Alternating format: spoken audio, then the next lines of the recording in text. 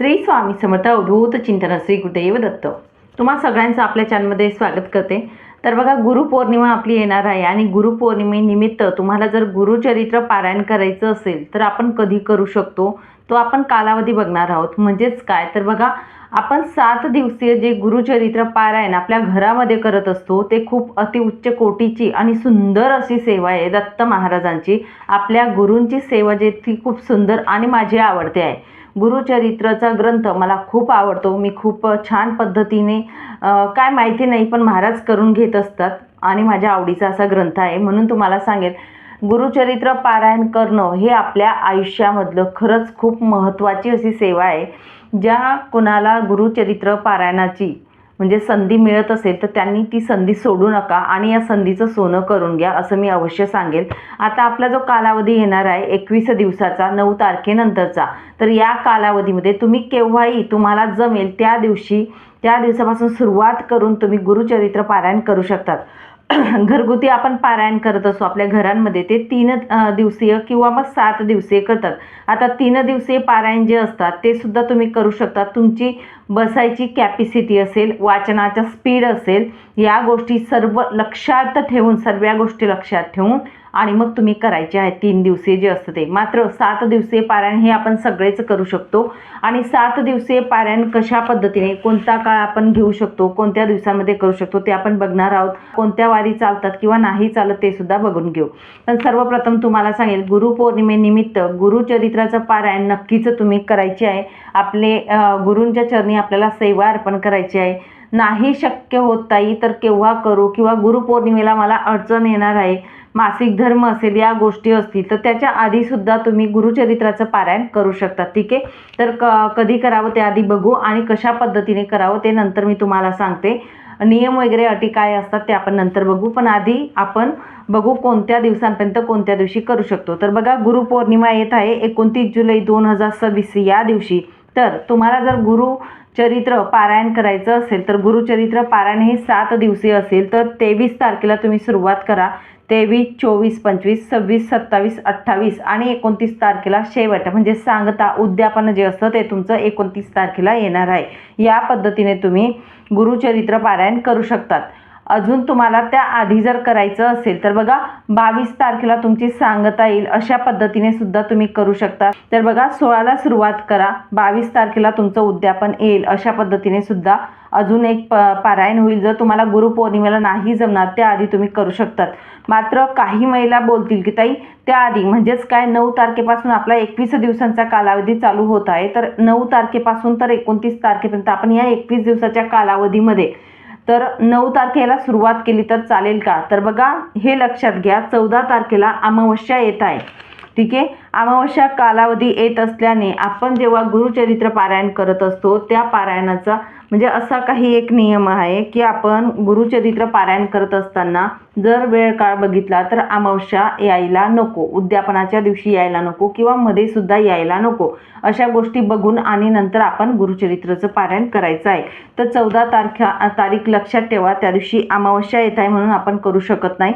त्यानंतर जे 2 वेळ तुम्हाला सांगितले तेव्हा तुम्ही करू शकता। तुम्हाला शक्य होणार नाही, आता समजा तुम्हाला 15ला शक्य होणार नाही, तुम्ही 16ला चालू करा, 17ला करा, या पद्धतीने तुम्ही करू शकतात। म्हणजेच काय, 15 नंतरचा जो कालावधी आहे तेव्हा तुम्ही केव्हाही करू शकतात। फक्त तुमचा मासिक धर्म बघा, त्या मासिक धर्माची तारीख असेल ती तारीख जाऊ द्या आणि नंतर तुम्ही करा, किंवा मग पुढे असेल तर आधीच करून घ्या तरी सुद्धा चालेल। आता बघा, 7 दिवसाचं गुरुचरित्र पारायण आपण करणार आहोत। तर 7 दिवसाचं गुरुचरित्र पारायण करत असताना आपल्या घरामध्ये नियम अटी जे असतात ते आपण पाळले गेलेले पाहिजे। हे पारायण करत असताना आपल्याला सकाळच्या कालावधीमध्ये करायचं असतं। आणि सर्वप्रथम सांगेल, महिलांनी जो गुरुचरित्राचा जो ग्रंथ असतो तो आपल्याला दिंडोरी प्रणीत हा ग्रंथ जो असतो या ग्रंथाचे पारायण करायचे असते, लक्षात घ्या। परत मी तुम्हाला सांगेल, संपूर्ण गुरुचरित्र जो ग्रंथ असतो तो वेगळा असतो, मात्र हा जो गुरुचरित्र ग्रंथ आहे हा बघून घ्या, हा दिंडोरी प्रणीत ग्रंथ आहे। या ग्रंथाचंच पारायण महिलांनी करायचं आहे। संपूर्ण गुरुचरित्र ग्रंथ जो आहे त्याचं करत नाही. ते पारायण करण्यासाठी पुरुष करू शकतात, पण पुरुषांना सुद्धा बरेचसे काही नियम पाळून आणि मग संपूर्ण गुरुचरित्र करावं लागतं. मात्र दिंडोरी प्रणीत हे जे आहे हे गुरुमाऊलींनी महिलांसाठी खास करून हे प्रकाशित केलेलं आहे. या ग्रंथाचे पारायण आपण करू शकतो. आता हे पारायण करत असताना आपण जो कालावधी असतो, कधी करावं, काय करावं, जसं मी तुम्हाला सांगितलं 7 दिवसांची आपली कालावधी असतो. 7 दिवसांमध्ये आपण करू शकतो. सुरुवात तुम्ही तुमच्या हे म्हणजे तुमचा वेळ काळ बघून करा. 29ला जर गुरुपौर्णिमा येत आहे तर तुम्ही 23ला सुरुवात करू शकतात. 23ला सुरुवात वाचनाला तुम्ही करू शकतात. मात्र 22 तारखेला तुम्हाला पहिल्या दिवशी 4 श्वान आणि 1 गाय यांना नैवेद्य तुम्हाला द्यायचं आहे. 1 चपाती अशा पद्धतीने छोट्या छोट्या चपात्या बनवा चाणक्या आणि ते आपल्याला नैवेद्य द्यायचे आहेत. 4 श्वान आणि 1 गाईला या पद्धतीने द्या. त्यानंतर तुम्हाला सांगेल सुरुवात जी असते वाचनाची आपल्याला करायची आहे 23 तारखेला. 23 पासून 29 पर्यंत हा 7 दिवसांचा कालखंड चालणार आहे. तर 23 तारखेला सुरुवात केल्यानंतर तुम्हाला सांगेल वाचन हे आपण सकाळी 4 पासून तर दुपारच्या 4 दुपारनंतर म्हणजे 4 वाजल्यापर्यंत आपण कधीही करू शकतो. या कालावधीमध्ये दुपारी 12 ते 12:30 हा वेळ वाचनाचा राहत नाही. 12 ते 12:30 सेवा करू नये, स्किप करावा. तुम्ही सकाळी सेवा करा. मी तेच सांगेल सकाळी 12च्या आत केलेली सेवा खूप चांगली ठरत असते. पण काही महिलांना जमणार नाही किंवा वेळ साध्य होत नाही, काही डबे असतात किंवा बऱ्याचशा अडचणी असतात, लहान मुलं आहेत, मुलं दुपारी शाळेत जातात, मी नंतर करेल 12:30 नंतर तरीही चालेल, काही हरकत नाही. फक्त 4 वाजेच्या आत आपलं वाचन कंप्लीट व्हायला पाहिजे हे टार्गेट ठेवावं. आता एका बैठकीतच वाचन करायचं आहे. तुम्ही म्हणाल ताई 2 बैठकीत करू का? तर नाही. या पारायणाला बसल्यानंतर आपण एका बैठकीत ज्या दिवसाचे अध्याय जेवढे दिलेले आहेत तेवढे अध्याय आपल्याला पठण करायचे असतात. एका दिवसाला म्हणजेच बघा इथे आपला हा जो ग्रंथ आहे हा 53 अध्यायांचा आहे. 53 अध्यायांचा ग्रंथ असल्याने पहिल्या दिवशी सुरुवातीचे 9 अध्याय येतील, दुसऱ्या दिवशी 10 पासून तर 21 अध्याय, तिसऱ्या दिवशी 22 पासून 29 अध्याय आणि नंतर चौथ्या दिवशी 30 पासून 35 अध्याय, पाचव्या दिवशी 36 ते 38, नंतर पुढचा दिवस 6वा त्या दिवशी 39 ते 43 आणि शेवटच्या दिवशी 44 ते 53 असे अध्याय आपल्याला वाचनाला येतील. तर तुम्हाला ज्या दिवसाचे अध्याय आहेत त्याच दिवशी पठण करायचे आहेत. पण वाचन करायला बसणार असतो तेव्हा आपल्याला बघा पूजा मांडणी आपल्या घरात करायची आहे. मी तुम्हाला साईडला फोटो टाकला. अशा पद्धतीने आपण पूजा मांडणी आपल्या घरात करायची आहे. मांडणी करून आपण जी वाचनाची आहे ती सुरुवात करू शकतो. तर बघा वाचनापूर्वी आपल्याला दररोजच्या दररोज आपल्याला श्री स्वामी समर्थ या मंत्राचे 1 माळ जप घ्यायचा आहे. गायत्री मंत्र 1 माळ जप घ्यायचा आहे. त्यानंतर गणपती अथर्वशीर्ष आपल्याला म्हणायचं असतं. स्वामी स्तवन जे आहे ते आपल्याला म्हणायचे असतात आणि हे सगळ्या 4ही गोष्टी केल्यानंतर वाचनाला सुरुवात करायची आहे. या पद्धतीने वाचनाला सुरुवात करावी. त्यानंतर तुम्हाला सांगेल देवपूजा असेल ती देवपूजा आपण करून घ्या, नंतर वाचन करा. तुम्ही जर सकाळी 4 वाजता वाचन करत असणार तर तुमचा बघा गुरुचरित्र पारायणाचा पाठ वेगळा असतो, त्यामुळे तुम्ही पाटावर अखंड दिवा प्रज्वलित करत असतो, त्यामुळे तो दिवा प्रज्वलित करा, धूपदीप करा. तिथे महाराजांची मूर्ती फोटो असतो आणि तिथे वाचनाला सुरुवात करू शकता. देवपूजा नंतर केली तरी सुद्धा चालेल. या पद्धतीने करा. जे पुरुष मंडळी असतील त्यांनी दाढी कापू नये किंवा दाढी बाहेर जाऊन करू नये. स्वतःच्या हाताने तुम्ही दाढी करू शकता. रबरी चपला किंवा बघा चामड्याच्या वस्तू अंगावर परिधान करू नका वाचन करत असताना. सोहळं आपण परिधान करावं जेव्हा वाचन करतो तेव्हा. महिला ज्या असतात त्यांनी ज्या पद्धतीने आपण दुर्गा सप्तशती पाठ करतो तेव्हा साज शृंगार करून म्हणजेच हातात काचेची बांगडी एकतरी असावी, हळदी कुंकू कपाळी असावं. त्यानंतर साडी किंवा ड्रेस जर असेल तो परिधान करू शकतात. स्वच्छ असे कपडे परिधान करावे जे आपले दररोजचे वापरातले नसावेत, मासिक धर्मामध्ये वापरलेले नसावेत असे कपडे परिधान करू शकतात. डोक्यावर पदर असावा. अशा पद्धतीने आपण वाचन हे पूर्ण करायचं आहे. वाचन करत असताना मध्ये उठायचं नाही, हे लक्षात घ्या. त्यानंतर तुम्हाला सांगेल ब्रह्मचर्याचं पालन नक्कीच आपण करायचं आहे. आपल्या घरात सुद्धा ब्रह्मचर्याचं पालन, इतर लोक असतील, आता जॉईंट फॅमिली असते तर बरेच भाऊ एकत्र असतात, 1, 2, 3 भाऊ जर असतील घरामध्ये तर 7 दिवसांमध्ये आपल्या घरामध्ये सांगते मी तर घरामध्ये सुद्धा ब्रह्मचर्याचं पालन करायचं आहे.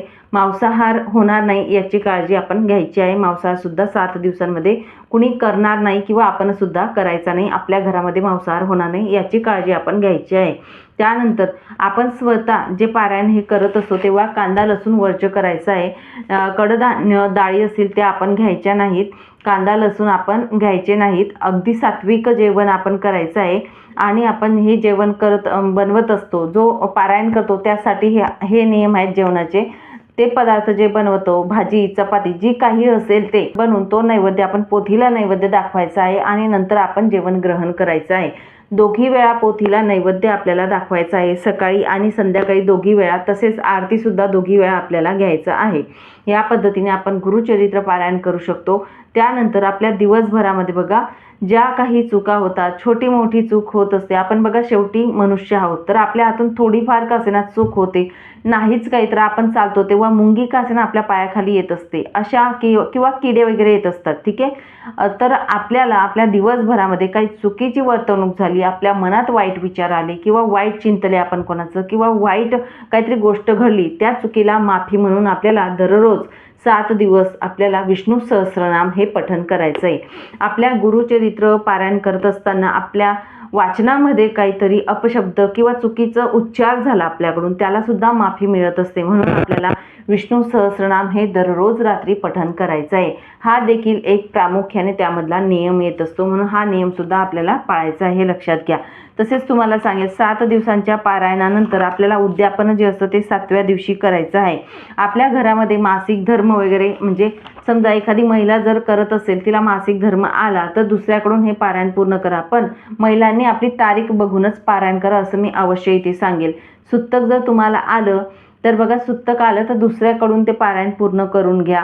जर तुमच्या घरातला व्यक्ती एखादी वारलाय तर तरीसुद्धा तुम्ही तो ग्रंथ दुसऱ्याला द्या आणि त्यांच्याकडून हे पूर्ण करून घ्या. कुठे मौत झाली असेल तर तिथे जाऊ नका, म्हणजे शुभ कार्याला तुम्ही जाऊ शकतात, पण दुःखद घटना जर कुठे झालेली असेल तर तिथे तुम्ही जाऊ नका असं अवश्य सांगेल तुम्हाला. हे जे नियम मी तुम्हाला सांगत आहे, हे नियम आपल्या ग्रंथामध्ये देण्यात आलेले आहेत. ग्रंथ आपण ठेवत असताना तो हलवायचा नाही, ग्रंथाचा पाठ जो असतो तो हलवायचा नाही. ग्रंथ थोडाफार हलतो आपण जेव्हा वाचन करतो तेव्हा, पण मात्र पाठ हलवायचा नाही. ग्रंथ वाचन केल्यानंतर आरती वगैरे घेतली आपण, त्यानंतर ग्रंथ हा झाकून ठेवावा.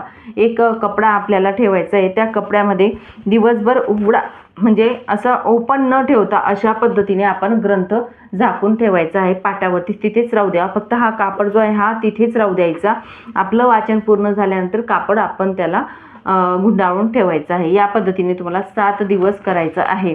त्यानंतर पुढचं मी तुम्हाला सांगेन बघा, आपण याचं उद्यापन कसं करावं किंवा कोणत्या दिवशी करावं. तर आपण जेव्हा हे पारायण करत असतो याचं उद्यापन हे 7व्या दिवशी येत असतं. आणि बघा 7व्या दिवशी आपण उद्यापन करत असताना त्या दिवशी ब्राह्मण जोडपं तुम्हाला मिळालं तर नक्कीच ब्राह्मण जोडप्याला जेवण सांगा. ब्राह्मण जोडपं जर नाहीच मिळालं तर तुम्ही शिदा द्या, कोरडा तरीही चालेल. आणि ब्राह्मणासारखं एखादी जोडपं तुम्हाला मिळालं, न म्हणजे व्यसन, कुठलंही व्यसन नसणारं असं जर जोडपं मिळालं तर नक्कीच तुम्ही त्या आणि मांसाहार न करणारं मिळालं तर नक्की त्या जोडप्याला तुम्ही जेवायला सांगा तरीसुद्धा चालेल. त्यांना तुम्ही दान दक्षिणा जी असेल, कपडे ओटी वगैरे महिलांची भरू शकतात, या पद्धतीने करा तरीसुद्धा चालेल. नाहीच तुम्हाला ब्राह्मण जोडपं मिळालं किंवा एखादी जोडपं नाहीच मिळालं तर उद्यापन कसं करावं, तर तुम्ही एखाद्या मंदिरात दान करा. महाराजांचा मठ असेल, केंद्र असेल, तिथे तुम्ही दान स्वरूपात करा, अन्नदान करा. गरीब लोकांना, गरजू लोकांना अन्नदान करा, ते मी तुम्हाला सांगेल. उद्यापनाच्या दिवशी आपल्याला 4 नैवेद्य जे असतात ते देवघरासमोर, पोथीच्या समोर 1 आणि देवघरासमोर 3 असे 4 नैवेद्य दाखवायचे आहेत. जेवणामध्ये गोडाचा पदार्थ बनवावा. जेवण बनवत असताना उद्यापनाच्या जेवणात कांदा लसूण वर्ज्य करावं आणि त्या पद्धतीने आपण जेवण बनवून 4 नैवेद्य दाखवायचे आहेत. पोथीचा नैवेद्य जो असतो तो नैवेद्य आपण गाईला खाऊ घालावा आणि बाकी उरलेले 3 नैवेद्य आपण स्वतः आणि आपल्या घरातील व्यक्तींनी प्रसाद म्हणून ग्रहण करावं. तसेच त्या पद्धतीने आपण उद्यापनाच्या दिवशी जो पोथीचा पाट असतो तो आपल्या घरातील उत्तर दिशा जी आहे त्या दिशेला थोडा हलवायचा आहे आणि नंतर आपण पोथी उचलून घ्यायची आहे. पारायण करत असताना नित्यसेवा जी असते महाराजांची, म्हणजेच काय 3 अध्याय 11 माळी, या सुद्धा आपल्याला खंड पाडायच्या नाहीत. या सुद्धा आपल्याला सेवा दररोजच्या चालू ठेवायच्या आहेत. त्या व्यतिरिक्त गुरुचरित्र पारायण आपल्याला करायचं असतं. म्हणजेच दररोज 3 अध्याय आणि 1 माळ जप किंवा 11 माळी जप, तुम्ही जे करत असणार रोजची सेवा महाराजांची, ती सुद्धा आपल्याला करायची सांगेल. या वाचनाच्या कालावधीमध्ये जर तुम्हाला काही त्रास असेल किंवा काहीतरी अडचणी असतील, शारीरिक अडचणी असतील, तर तुम्हाला वाटत असेल की मला उठायचं आहे, आता इथून या जागेवरून उठायचं आहे, तर तुम्ही अवश्य उठू शकतात. जर तुम्हाला खरंच शारीरिक त्रास असेल, ते महाराजांना माहिती आहे, ते सांगायची गरज नाही, तर महाराजांना सांगावं. जो अध्याय तुमचा चालू असेल, समजा आता पहिल्या दिवशी 9 अध्याय आहेत, 4 अध्याय 5 अध्याय तुमचे वाचन चालू आहे. 5वा अध्याय पूर्ण करा. पूर्ण केल्यानंतर महाराजांना नमस्कार करा. महाराजांना माफी मागावी. ग्रंथ आपला तिथे बंद करावा, उठावं.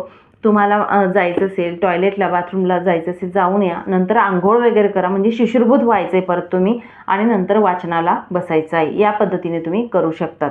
ठीक आहे. जर तुमचा शारीरिक काही प्रॉब्लेम असेल तर अशा पद्धतीने तुम्ही गुरुचरित्र पारायण करू शकतात.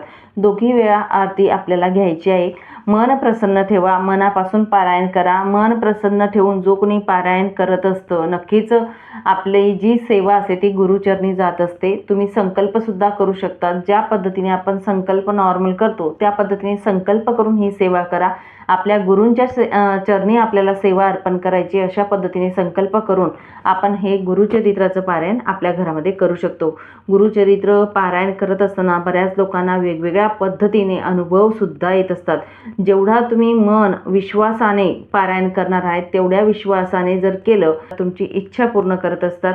न सांगता सगळं काही मिळत असतं. फक्त आपली सेवा ही निस्वार्थ हवी, विश्वासाने हवी, एवढं मी तुम्हाला सांगेन. चला मग, सांगितलेली माहिती खूप महत्त्वाची होती. नक्कीच तुम्हाला पारायण करायचं असेल तर या कालावधीमध्ये तुम्ही करू शकतात. अशा पद्धतीने गुरुचरित्र पारायण करावं. तुम्हाला काही समजलं नसेल तर बघा, ग्रंथाच्या सुरुवातीला सगळे नियम दिलेले असतात. तिथे तुम्ही बघू शकतात. वाचन करा. काही समजलंच नाही तर नक्कीच प्रश्न विचारा. मार्गदर्शन करायचा नक्कीच प्रयत्न करेन. श्री स्वामी समर्थ. अवधूत चिंतन. श्री गुरुदेव दत्त. धन्यवाद. तुम्हाला आपला व्हिडिओ आवडला असेल तर नक्कीच लाईक करा, शेअर करा आणि नवीन असणार तर सबस्क्राईब करा.